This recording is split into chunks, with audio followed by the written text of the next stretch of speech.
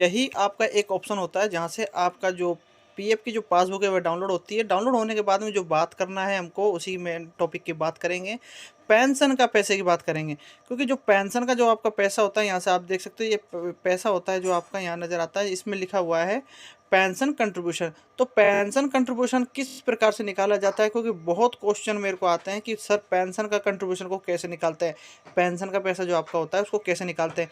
क्योंकि पेंशन का पैसा निकालने में बहुत दिक्कतें आती है, बहुत ज़्यादा दिक्कत आती है जब लोग पीएफ का फुल एंड फाइनल पीएफ निकालते हैं 6 मंथ की सर्विस कंप्लीट होने के बाद में, लेकिन उनके जब वो अप्लाई करते हैं तो उनका पेंशन का पैसा नहीं आता है, बहुत प्रॉब्लम हो जाती है।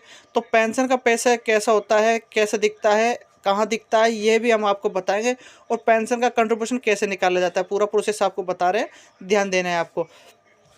अब मैं आपको यहाँ से दिखा रहा हूँ, यह होता है जो पेंशन कंट्रीब्यूशन होता है। पहले तो मैं आपको यहाँ से दिखा देता हूँ, यह पेंशन का कंट्रीब्यूशन होता है, ये वाला, ये हिस्सा, ठीक है ना। इसके जस्ट नीचे की तरफ आप देखोगे तो टोटल वगैरह आपको नज़र आएगा। मैं आपको यहाँ से नीचे से दिखा देता हूँ स्क्रॉल कर कर।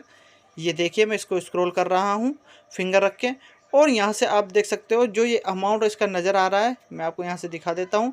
यही इसका कंट्रीब्यूशन है, टोटल में दिखा रहा है कि 23,939 रुपये इनका पेंशन का कंट्रीब्यूशन नज़र आ रहा है।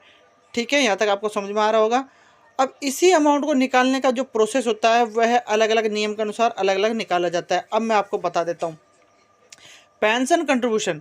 जो आपका ये पेंशन कंट्रीब्यूशन है, इसको निकालने के लिए आपको मुख्य रूप से आपकी सर्विस का 6 मंथ का होना ज़रूरी है। 6 मंथ कंप्लीट आपका 180 दिन का नौकरी होना ज़रूरी है।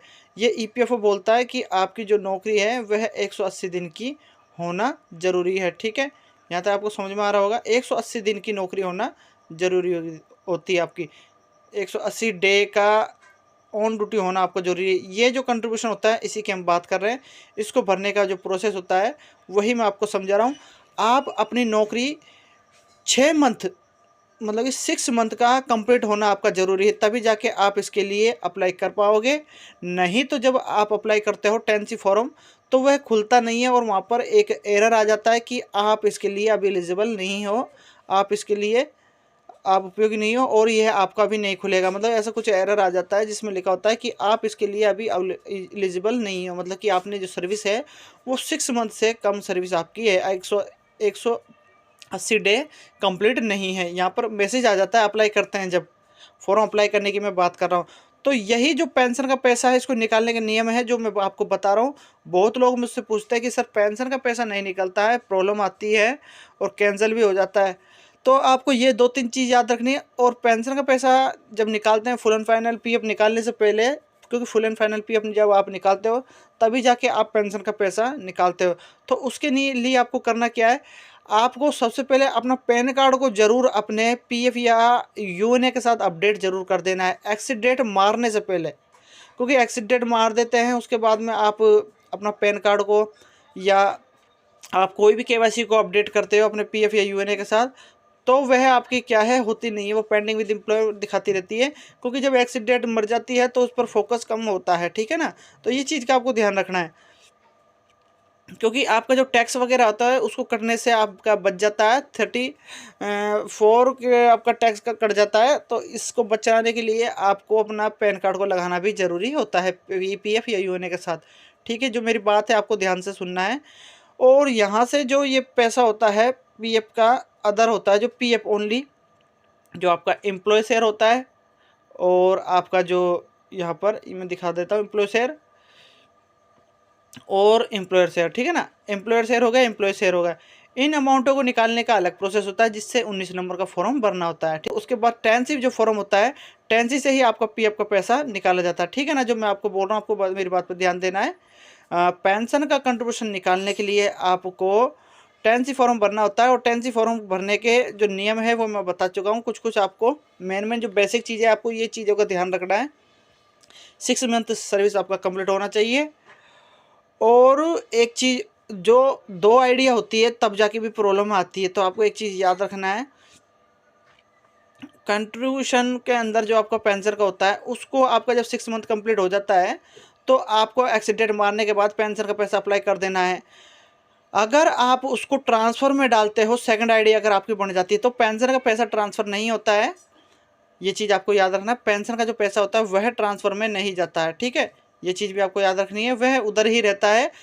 और जब आप, बहुत लोग मेरे को बोलते हैं कि सर हमने हमारा पीएफ का पैसा निकाल लिया है और पेंशन का भी निकाल लिया है, लेकिन हमारी जो पासबुक है उसको जब हम डाउनलोड कर रहे हैं तो हमारा क्या है, यहाँ पर जो नीचे की तरफ अमाउंट टोटल में दिखाता है, मैं आपको यहाँ से दिखा रहा हूँ, यहाँ पर शो कर रहा है, ठीक है, लेकिन जो पीएफ का पैसा है वो शो नहीं कर रहा, 0 0 लिखा रहा है इधर इस जगह पर। जैसे ये जो अमाउंट होता है यहाँ पर तो 0 0 लिखाता है, पीएफ का पैसा जो होता है 19 फॉर्म का वह तो 0 0 लिखा आ रहा है, लेकिन हमारा पेंशन का पैसा शो आ रहा है, पूरा का पूरा शो दिख रहा है, मतलब उधर लिखा आ रहा है ऐसा कुछ इस प्रकार से।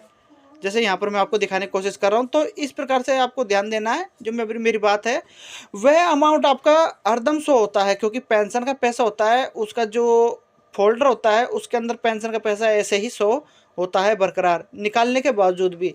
तो आप उसके लिए दोबारा अप्लाई नहीं कर सकते हो, क्योंकि वो एक बार जब निकल जाता है तो वो निकल जाता है, ठीक है ना। दोबारा आप उसके लिए अप्लाई नहीं कर सकते। तो ये चीज़ का भी आप ध्यान रखना है। बहुत लोग मेरे को बोलते हैं कि पेंशन का पैसा हमारा दोबारा नज़र आ रहा है और इतना ही, तो हम दोबारा अप्लाई कर सकते हैं, तो नहीं कर सकते आप, ठीक है ना। ये 2-3 चीज़ें हैं, आपको इनका ध्यान रखना है।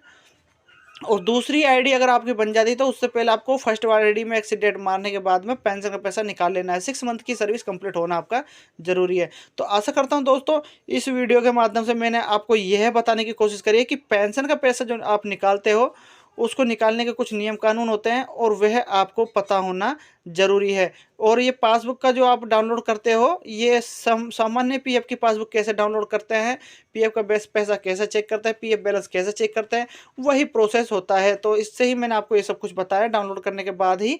और आप पीएफ का पैसा कैसे चेक करोगे, ऑलरेडी मेरे चैनल पर वीडियो मिल जाएगा कि पीएफ की पासबुक कैसे चेक करें, तो उस वीडियो को जाके आप देख लेना, सानू गुडियाल चैनल पर जाके देख लेना।